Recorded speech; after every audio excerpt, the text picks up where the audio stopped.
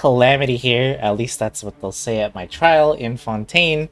Today's video is going to be our favorite Geo Archon hater, Keqing. She's one of the standard banner characters that you can pull if you accidentally lose a 50-50 or just do some random pulls on a standard banner. Keqing is a very underrated Electro DPS, especially since most people use Raiden Shogun as their go-to, but I think she's a very strong and solid DPS and definitely worth building. So in this video, we're going to go over everything you need to know from her talents, weapon options, artifacts, constellations, and of course her teams, as well as a showcase at the very end to see her in combat. We have a lot to go over, so let's get started. Starting with her talents, Keqing is a character similar to my Diluc guide, where we utilize her entire kit. That's right, you're not going to neglect any of her talents, or at least you shouldn't. You should be getting her normal, skill, and burst all the way up to at least level 8, if not higher, if you really decide to invest further in your Keqing. But first and foremost, let's talk about what her talents actually do. Now, as you can see on the left, her normal attack talent is pretty standard. There's no special mechanics or anything to it. However, I do want to point out that her charge attack, I'm not sure if it's the fastest charge attack in the game, but it's definitely a contender.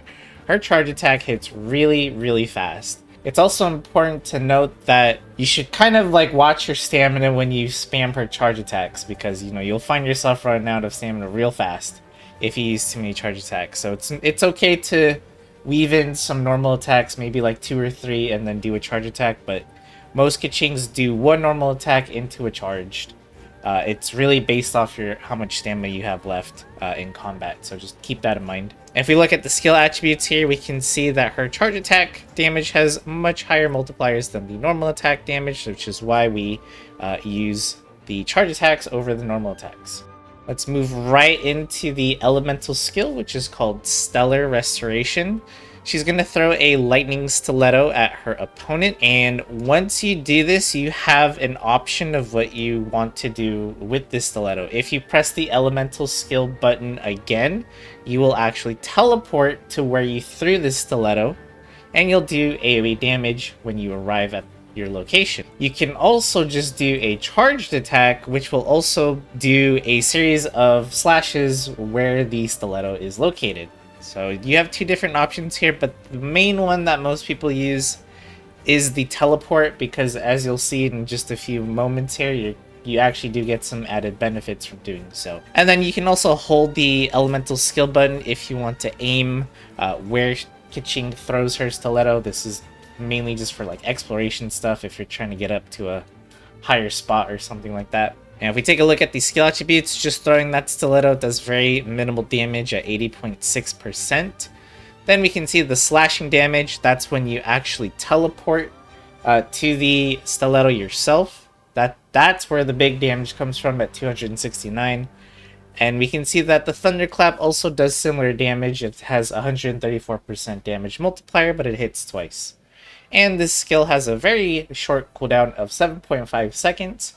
And we can actually make that shorter with some specific artifact building, which we'll talk about in just a sec. And lastly, we have her elemental burst, which is called Starward Sword. This one is pretty straightforward. If you've played, any other gacha games or you've watched anime, this is that very common attack we've seen where a character will just do a bunch of slashes. And if we look at the skill attributes again, it looks pretty low at first, but it also hits a lot, so keep that in mind. And her final attack does do the most damage. As we can see at level 11, it's doing 359% damage multiplier. Also worth noting that the energy cost on this burst is really, really low. It's only 40. That's right, 40. So when it comes to energy recharge for your Keqing, you don't need that much. Just get some on your artifacts and stuff like that, but no need to go crazy 180 200% energy recharge at all. You can just get away with very minimum. Now let's move on to her ascension talents. We have 2 of them here. Thundering Penance is going to make your elemental skill give you Electro Infusion. This is when you teleport to your lightning stiletto yourself. You will gain Electro Infusion for 5 seconds. This means that your normal attacks will now do electro damage as well instead of physical, which is really good. And that's why we also use the teleport version of her skill rather than the Thundering Clap version. Next up, we have Aristocratic Dignity, which is going to give you straight up 50% crit rate, and 15% energy recharge when you use your burst. This is fantastic. Reduces your energy recharge needs and gives you a nice crit rate boost right before your burst activates. That's really, really nice. And last but not least, we have Land's Overseer, which is going to decrease the time it takes to do an expedition in leeway by 25%. Next up, we're going to go into her weapon options, and as you can see, I gave my Keqing a very nice 5-star weapon, one of the best 5-star swords in the game, the Primordial Jade Cutter. This is not only good on Keqing, but just, you know, a lot of characters in general. But let's try to show you some more free-to-play friendly options before we dive into more 5 stars. So going to 3-star options, you can give your Keqing a Harbinger of Dawn. This is going to give her a bunch of crit damage when you actually level the weapon, unlike mine, as well as more crit rate when you get more refinements on it, which is really easy to do because it's just a 3-star weapon. Now, the weapons effect is a bit tricky for Keqing depending on what kind of team you're running her on and what kind of enemies you're facing. But as long as her HP is above 90%, she will gain an increased crit rate. Now, you can keep her at 90% HP very easily if you use a certain Geo Archon that she's not a fan of, or honestly any other shielder like Layla, which you got for free in the last update, or Diona, or Toma, just any shielder basically that's built. The only problem is when you run into Rift Hounds, then you're going to lose this weapon's effect due to the corrosion damage that they do. But nonetheless, Harbinger of Dawn, still a solid weapon, although it just gets countered by one specific enemy type in the game so far. Moving on to 4-star options, the Flute I would still say is a stepping stone weapon. I would only give this to her if you have nothing else in terms of 4-star weapons. For your Keqing, it's a decent option. It'll do a little AoE attack while you're doing her normal and charge attacks, and it gives you some attack percentage as well. Lion's Roar is probably going to be one of her best 4-star options you have available, and that is because it will increase the damage your opponents take as long as they're affected by Pyro or Electro, which in Keqing's case should be all the time, you know, because you're doing her whole kit, as we mentioned before, right? Elemental Skill does Electro damage. You get that infusion, so your normal attacks do electro damage, and of course her burst doing multiple hits of electro damage. So this weapon's effect should be up pretty much all the time with your Keqing. If you did buy the battle pass in the past, the Black Sword also going to be an okay option here. Iron Sting is also another free-to-play option that I can recommend. It's something you can craft in early as Mondstadt, and it's going to give you a bunch of elemental mastery as well as increasing your damage by 24% at Refinement 5 once you get both stacks. And this is really good for Aggravate teams. Again, nice free-to-play option, but you'll definitely find some upgrades later down the line. And as for 5-star options, as I mentioned before, Primordial Jade Cutter, of course, is going to be one of the best. Or Mist Splitter Reforged if you have one as well. Summit Shaper is also going to be another good 5-star option as long as you have a shielder on the team. Honestly, when it comes to 5-star weapons, most of them will be good on Keqing regardless, such as the Haran Geppaku Futsu, which is a Yado signature weapon, or if you have Al-Hatham signature weapon, which is the Light of Foliar Incision, that weapon's also going to be really good on her. One more weapon that I can recommend, and I'm sorry for the free-to-play players out there, but you are going to have to buy the Battle Pass to have access to, is the Wolf Fang. This is a weapon that gives you a bunch of crit rate as a subset, as well as increase your elemental skill and burst damage, which is fantastic for Keqing. It's also going to increase your crit rate when your opponents are hit by your skill and your burst as well by...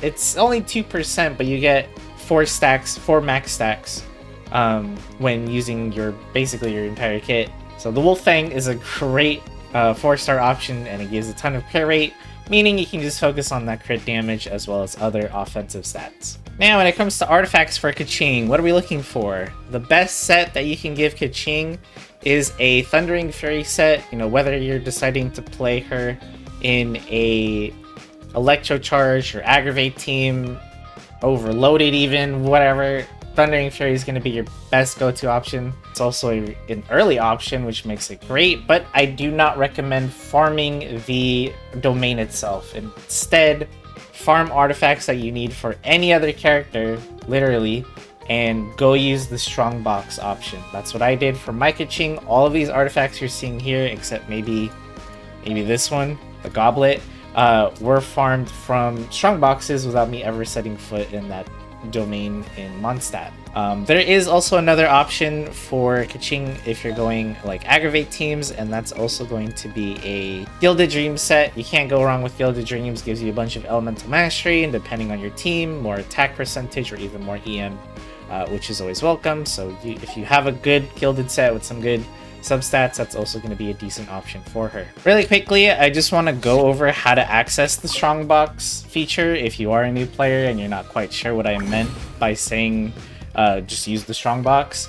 If you go to any alchemy station in any major city in Genshin or your teapot, you can go over to this third tab on the top here, which is called Mystic Offering, and this is where you see a long list of artifact Strongboxes, and all you have to do is trade in any 3 artifacts from any other set, as long as you're 5 stars, to get a bunch of Thundering Fury sets. Make sure it says the Thundering Fury, not the Thunder Soother.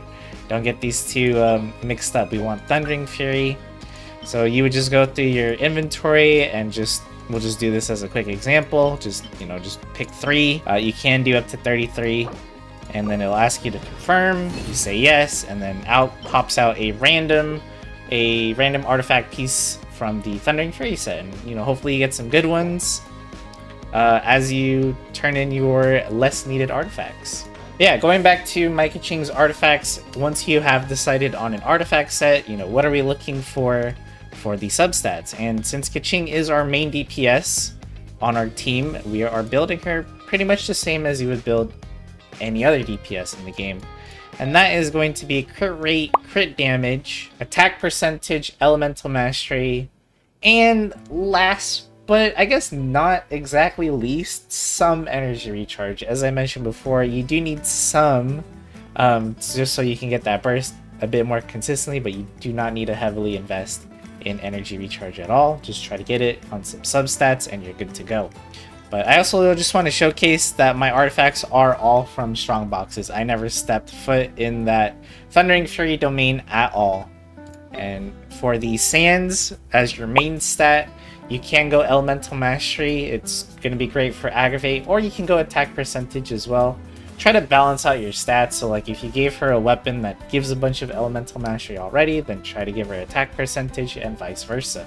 For the Goblet, Electro damage bonus is going to be your best option, but early on it's okay to go attack percentage or elemental mastery if you don't have a good electro damage goblet quite yet.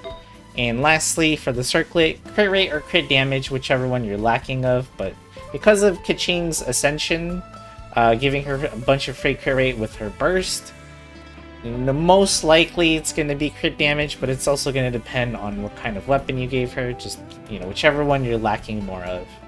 And with that, we're going to move on to Constellations. Now, just quick disclaimer, I am not trying to curse your incoming 50-50 pulls or, or any standard banner pulls if you don't want Keqing, but like, if you do end up losing a 50-50 to her, here's what you can look forward to in her Constellations, and the short version of it is that you're gonna get a bunch of damage.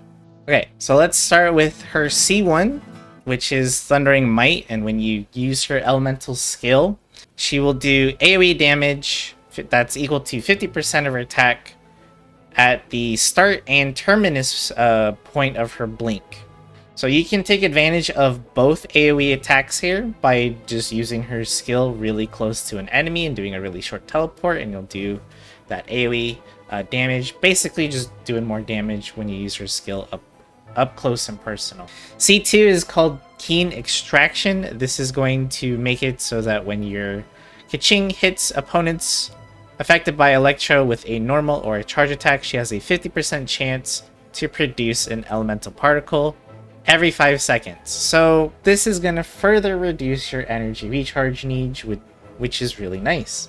C3 and C5 are going to increase her skill and burst, with the C3 being a little bit better because we don't really use the skill for that much damage. It does do damage, don't get me wrong, but you're definitely getting more value from getting the +3 to your burst rather than the +3 to your skill. C4 is called Attunement, and this is basically a permanent buff for your Keqing, because as long as she's triggering any electro-related elemental reaction, she is getting a 25% increase to her attack. And this, again, should be all the time, so that should be a permanent 25% attack boost, which is really good. And lastly, C6 is, you guessed it, more damage. As long as you're utilizing the entirety of Keqing's kit, which means the normal, charge attack, elemental skill, and burst, she will gain a 6% electro damage for each attack that hits an opponent. So again, just use her whole kit and you'll be getting a 24% electro damage bonus. And each of these buffs are independent, so just to keep that in mind. But yeah, TLDR, as you get more constellations for Keqing, you basically just have a bunch of damage. Alright, let's talk team setups for your Keqing. And this is going to be one of her more popular Aggravate team setups. We do have Nahida here being one of the best Dendro appliers in the game, but if you don't have her, other characters like Baiju, Dendro Traveler, Yao Yao, honestly, just use whoever Dendro characters you have that aren't main DPSs and you'll be fine, but you know, it's just hard to beat Nahida in terms of Dendro application. And then next up we have Kazuha here for grouping and of course the elemental damage buff and elemental resistance decrease on his Viridescent Veneer. Or if you do not have Kazuha, that's okay. You can replace him with Sucrose in the team. This is a little bit more free to play friendly. So there you go. And then your fourth is honestly a flex slot. So because we have Nahida here, we can just say that our Dendro applications can be really, really solid. So one of the more popular teammates to pair with Keqing is Fischl, because she's just going to apply even more Electro to proc Aggravates. So the fourth slot ends up being sort of a flex slot. You could bring extra Electro application like this. You could also use Dory if you want a healer, because as you can see there isn't a healer or a shielder on this team, so it's very squishy or poor sustain for long fights, especially if you have trouble dodging. So most players will replace Nahida with a healer / shielder. You could also use Kirara here as well. Now another team that you could do with Keqing is an Electro Charged team, and it wouldn't look exactly like this. I'm just kind of showing you all the options you can do, but you can pair Keqing with like a Yelan or a Barbara or a Kokomi. I don't have her, unfortunately. Jingcho as well, because again, remember to just do a couple of extra normal attacks than you would normally do just to proc Yelan and Jingcho's bursts. And basically you should have Electro Charge damage for days. Alright, here is Keqing's optimal rotation when you're actually using her. Before we engage this robot enemy, I'm just going to explain what it is. You're going to use your elemental skill first, then we're going to use our burst, then we teleport using our skill again. With the elemental and electro infusion in our normal attacks, we pretty much just normal attack spam. And for Keqing, that just means doing N1 into a charge. Just like this.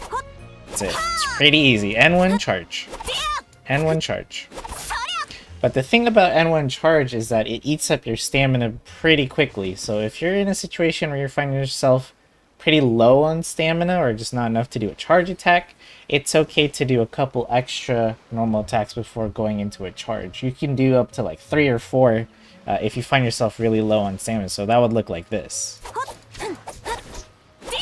That's 4 attacks into a charge. So if you find yourself using low on stamina, use the latter combo. If not, feel free to N1 spam. This is going to be more damage because of the multipliers of the charge attack. So let's see it in action against these robot enemies here.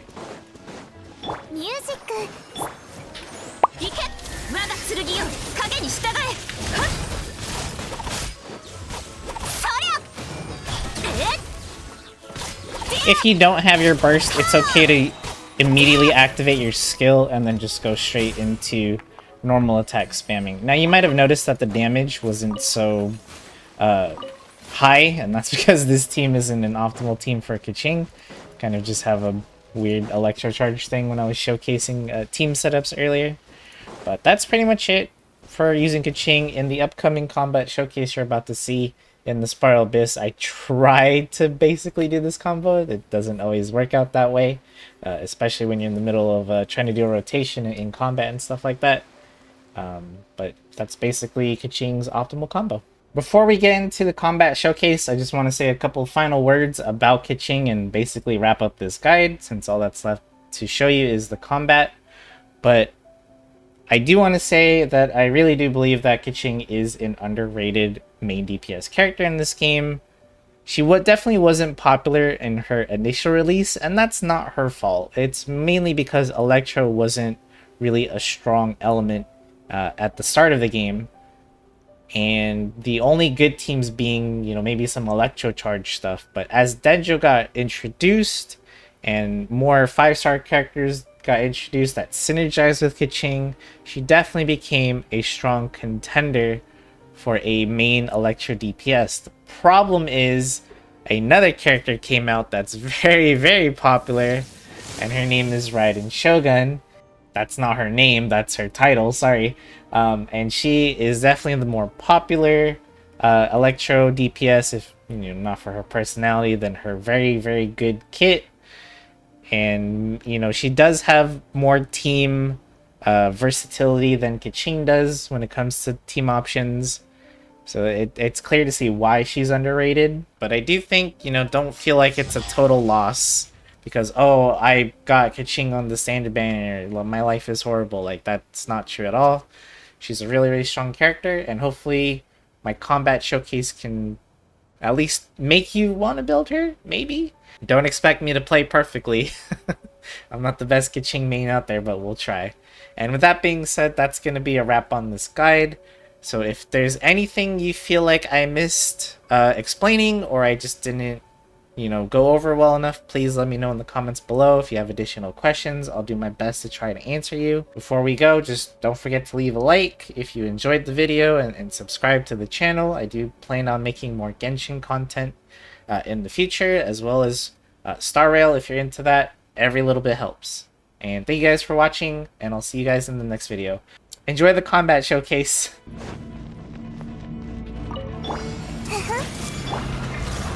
風の赴くままに毎度ありです瞬く間に健康よ世の乱れを切り尽くす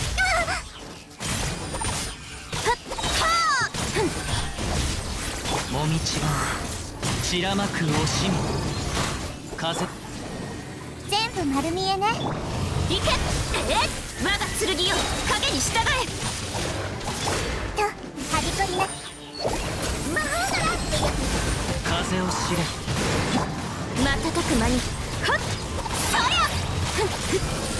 健康よ世の乱れを切り尽くせはっ陣営のごとく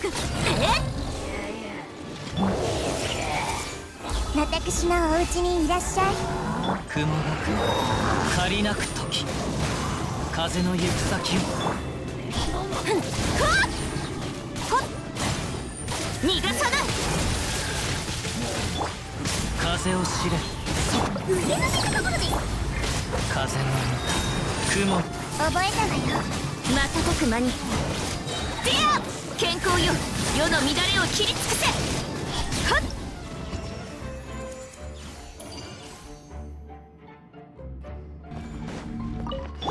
腕の見たところですよそれ風の雲の手をつなぎましょう知識はあなた我が剣よ影に従え行くわよはっはあ陣営のごとくはっモラをいただきましたマイラふっやふっもみちがちらはっ健康よ世の乱れを切り尽くせそりゃディアふん行けはっはっそりゃマイラです風よ痛くしちゃうかも逃がさないはあディアはあ陣営のごとくふふ風の歌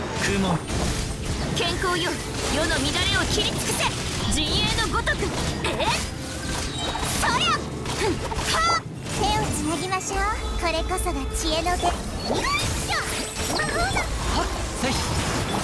瞬く間に逃がさない。はっそりゃ、やってや。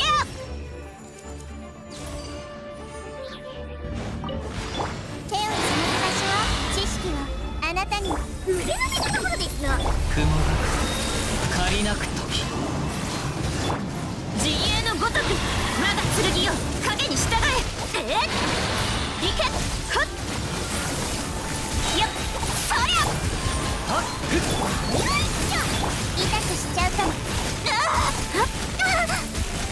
陣営のごとく逃がさない。毎度ありです。それはっ風の雲の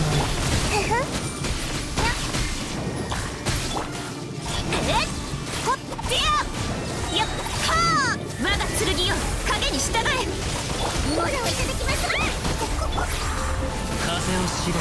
そこだ。腕の見たところです。私のお家にいらっしゃ。瞬く間にはっはっふっはっ。風の行く先を健康よ世の乱れを切り尽くせ。いけ。雲が借りなく時、風を知れ。はっモラをいただきます。よいしょ。全部丸見えね。瞬く間に我が剣よ影に従え。陣営のごとく。はっそりゃ。